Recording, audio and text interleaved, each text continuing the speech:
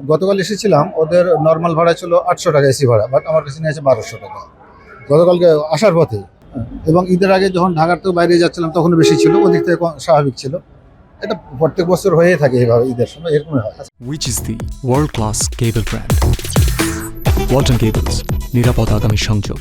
না, এবারে রাস্তায় শেষের দিকে একটু ভোগান্তি হয়েছে বা জ্যাম ছিল, তাছাড়া রাস্তা ভালো। কালকে যেমন আসলাম, সুন্দর রাস্তা এবং অল্প সময় 6 ঘন্টা 5.5 ঘন্টার ঢাকায় চলে আসছে।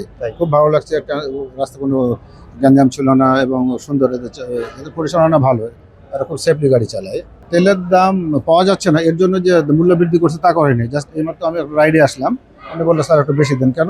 তেল পাওয়া যাচ্ছে না, তেলের দাম তো বাড়েনি। সেখানে তেল পাওয়া যাচ্ছে না, এটা হলো ক্রাইসিস। পাওয়া যাবে না, সেদিন আমি চলবো না, বাজারে পাবো না, খাবো না আমি, তাই না? তো সেখানে দাম, ওটা ওসিলাতে দাম বাড়ানো যায় না, তো বাড়েনি, এটার জন্য দাম বাড়েনি। মানে তেল ক্রাইসিসের কারণে যে টিকিটের মূল্য বেড়েছে, এরকম এখন আমরা বুঝতে পারছি না, স্বাভাবিক মনে হচ্ছে। হ্যাঁ, আমরা সব সরকারের কাছে ভালো কিছু আশা করি, ভালো সুবিধা চাই। এখন বিশ্বের বৈশ্বিক অবস্থা যদি খারাপ হয়, এখন সরকার তো একাই কুলাতে পারবে না। সরকারকে আমাদের সাপোর্ট দিতে হবে, হ্যাঁ, সহ্য করতে হবে, আমাদের ধৈর্য ধরতে হবে। সরকার তো নতুন সরকার আসলে সব কিছু বুঝে ওঠার তো সময় লাগবে না। হ্যাঁ, করুক, আমরা আশা করি সে ভালো কিছু করবে।